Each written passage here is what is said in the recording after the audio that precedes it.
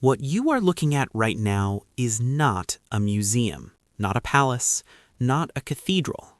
It is a train station, one of 250, and every single one of them was built for people who had almost nothing.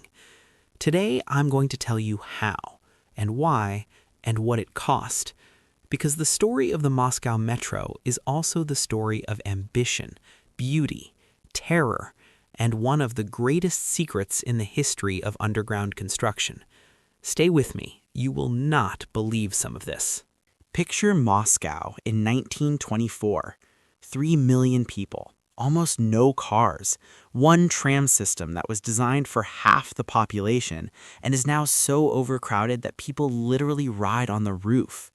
The average journey across the city takes 2 hours. In winter, in temperatures of -20 Celsius, often in the dark. The new Soviet government knows this is a problem. A revolution has just happened. They've promised workers a better life, and right now, the daily commute is an absolute nightmare. London built its subway in 1863, New York in 1904, Paris in 1900.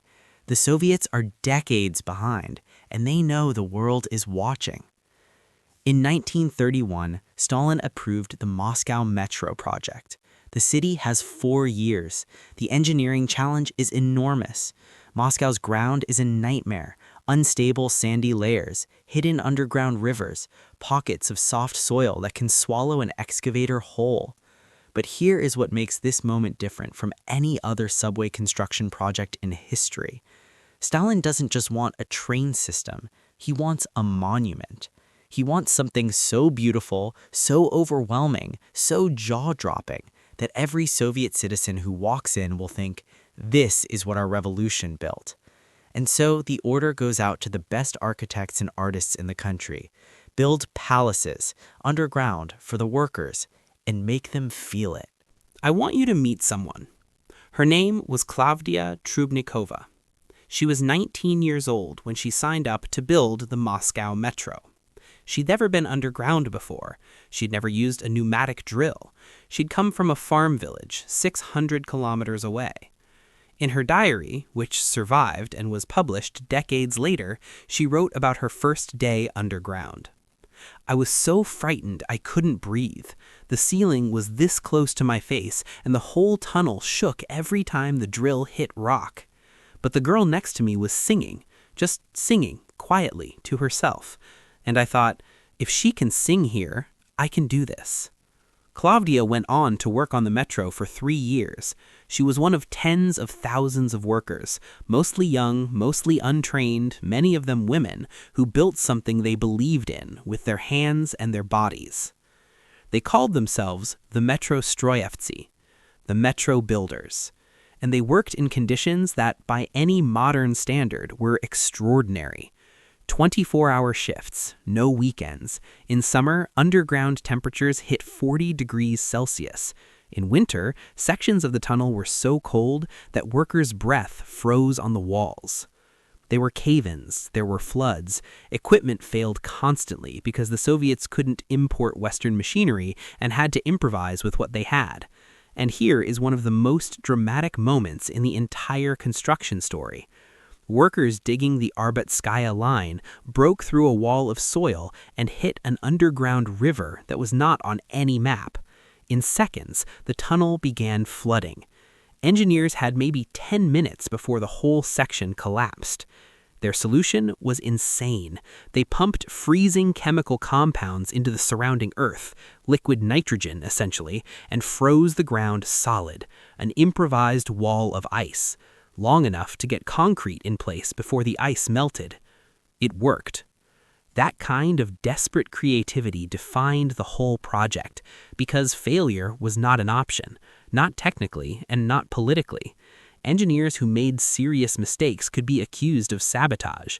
In Stalin's Soviet Union, that word meant arrest, interrogation, prison, sometimes execution. Several metro engineers were arrested during construction. Some were released, some disappeared. And yet, despite all of this, on May 15, 1935, the first line of the Moscow Metro opened. The crowd went insane. Strangers were hugging each other. People were crying. An elderly woman stepped onto an escalator for the first time in her life, grabbed the handrail, screamed, and then burst out laughing. For a country that had been through revolution, civil war, famine, and years of terror, this felt like proof that they were going somewhere, literally and otherwise. I need to stop here and really explain something, because beautiful doesn't cover it. We're talking about chandeliers that weigh over a ton, each one. Walls covered in hand-placed mosaic tiles. Some stations have over 30,000 individual pieces on a single ceiling panel. Marble sourced from the Ural Mountains, the Caucasus, from Georgia and Kazakhstan. Rare, expensive stone hauled thousands of miles underground. Bronze sculptures so detailed you can see veins in the hands, expressions in the eyes. This is a subway. Why? The first reason is political, but it's more interesting than you think. In Tsarist Russia, before the revolution, beautiful spaces belonged to the wealthy. Grand palaces were for the Tsar. Gilded cathedrals were for the church. Ordinary workers lived in cramped, dark, cold apartments. They worked in factories. They traveled on muddy streets.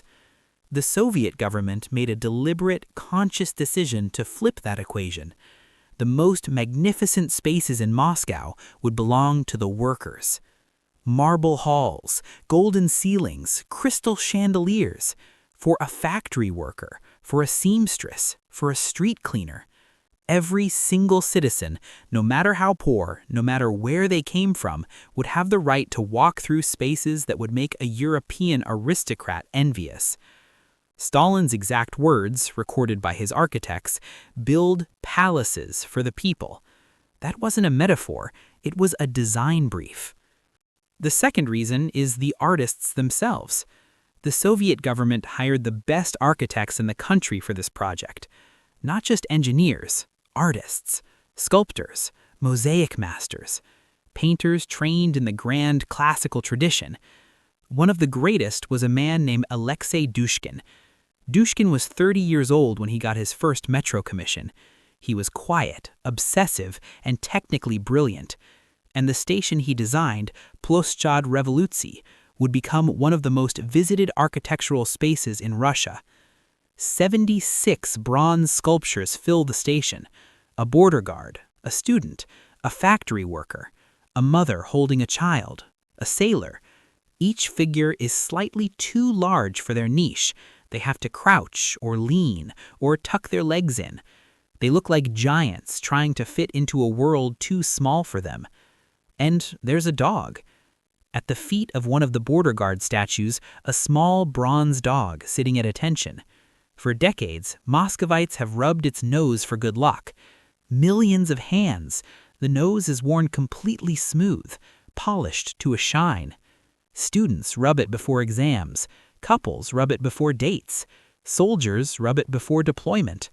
That dog has been touched by more human beings than probably any sculpture in the world. And it wasn't planned. Nobody designed the lucky dog. It just happened. Because a piece of art connected with people genuinely across generations. That's what great public art does. The third reason? Pure competitive fury. Soviet engineers had studied the subways of London, Paris, and New York in detail, and they made one unified decision. We will not just match them, we will humiliate them. And in terms of aesthetics, objectively, verifiably, they did. In 1939, a model of Mayakovskaya station was displayed at the World's Fair in New York. American architects and designers stared at it in silence. Then they gave it the grand prize. Nothing in the Western world looked like it. Now I have to tell you something that the Soviet government never wanted you to know. The Moscow Metro was built during what historians call the Great Terror. Between 1936 and 1938, Stalin's secret police, the NKVD, arrested over 1.5 million Soviet citizens. Roughly 750,000 of them were executed. The rest went to the gulags. The metro was being built during all of this, the same years, the same city. Some of the labor used in construction came from prisoners, men transported from labor camps to dig tunnels.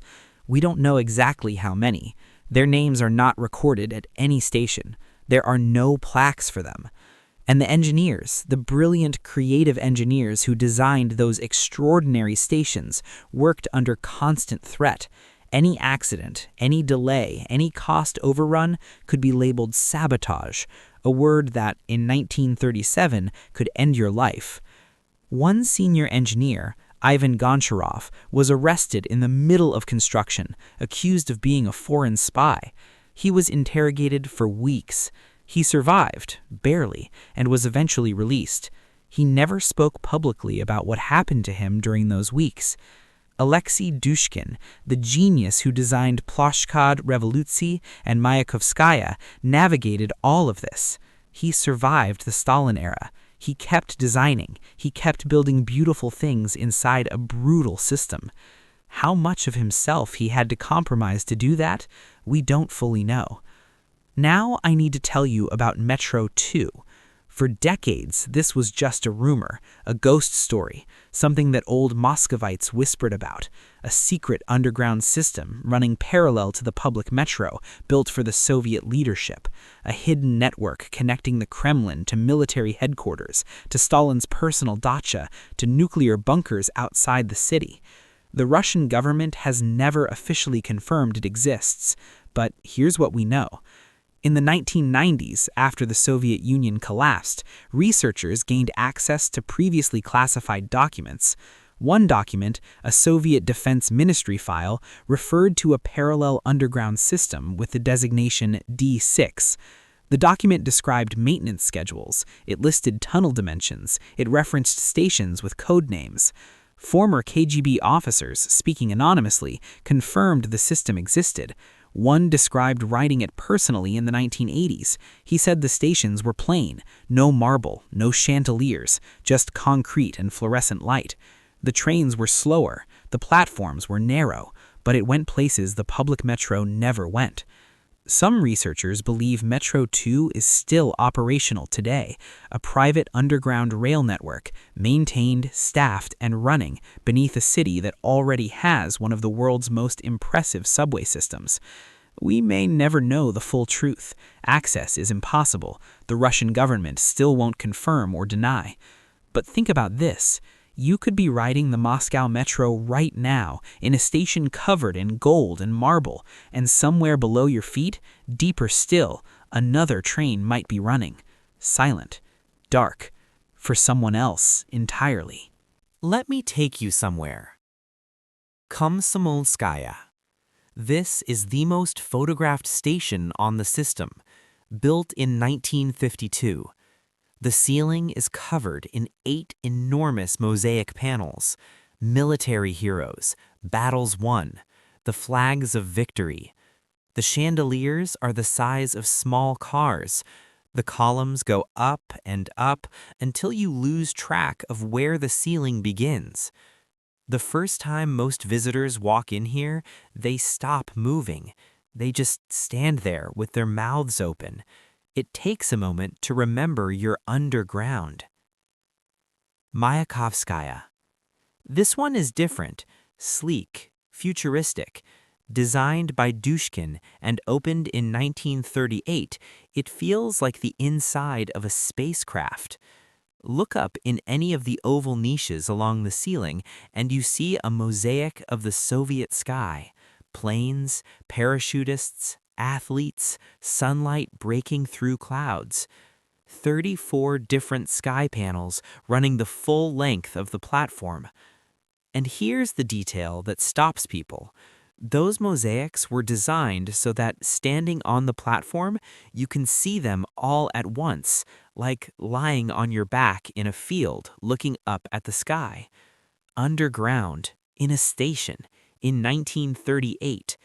This won the grand prize at the 1939 World's Fair. Nobody who saw it in New York could quite believe it was real. Novoslobodskaya. Nothing prepares you for this one. The walls are lined with 32 stained glass panels, medieval in their beauty, futuristic in their setting. Each panel is framed in hand-forged brass. The glass came from Latvia, where glassworking traditions go back 5 centuries. When the lights hit them from behind, they glow like illuminated windows in a cathedral. Sapphire blues, emerald greens, deep amber gold. You are underground, in the dark, and you're standing in front of something that looks like it belongs in Notre Dame. Novoslobodskaya. This one opened in 1944, while World War II was still raging. The factory above it was producing electrical equipment for the military. The ceiling is lined with round, porthole-like light fixtures, arranged in 3 rows the full length of the platform. They create a perfect illusion of daylight streaming down from above. You know they're artificial, you know you're underground, but your brain refuses to accept it. 6 bas-relief panels on the walls show the factory workers, the actual workers from the factory above, their real faces cast in plaster. They were honoring ordinary people in a station during a war. It's one of the most quietly moving things you'll ever see in an underground transit system. The Moscow Metro today carries around 9 million passengers a day. Trains run every 90 seconds at peak hours. Over 250 stations. And the newest stations look nothing like the originals. They're sleek, minimal, contemporary, clean lines and LED light installations. Completely different philosophy, same system. You can ride from a Stalin-era palace into a 2020s glass and steel terminal in a single trip. 90 years of design history in one journey. And somewhere, almost certainly below all of that, Metro 2 is running, silent, in the dark. Here is the thing that I keep coming back to. The Moscow Metro was built by a government that killed millions of its own people, that imprisoned artists, that executed engineers, that used forced labor. And yet, it also built something that genuinely, demonstrably made the daily lives of ordinary people more beautiful. Every morning, a factory worker walked into a marble hall, rode an escalator past golden mosaics, stood on a platform beneath crystal chandeliers. For 7 minutes, on their way to a shift that would pay almost nothing, they were surrounded by art that a king would have envied. Was that cynical? Absolutely. It was propaganda. It was designed to make people feel grateful. But was it also real? Were those chandeliers real? Was the marble real? Was the beauty real? Yes. The moral complexity of the Moscow Metro is the moral complexity of the whole 20th century, that terrible systems sometimes built beautiful things. And that beauty, real beauty, given freely to people who would never otherwise have access to it, matters, even when the hand that built it was stained. What would we build today if we decided, genuinely decided, that our transit systems should be places of beauty, that the daily commute of a nurse, a construction worker, a student, a delivery driver, that their journey to work deserved marble and light and art? The Moscow Metro asked that question in 1935.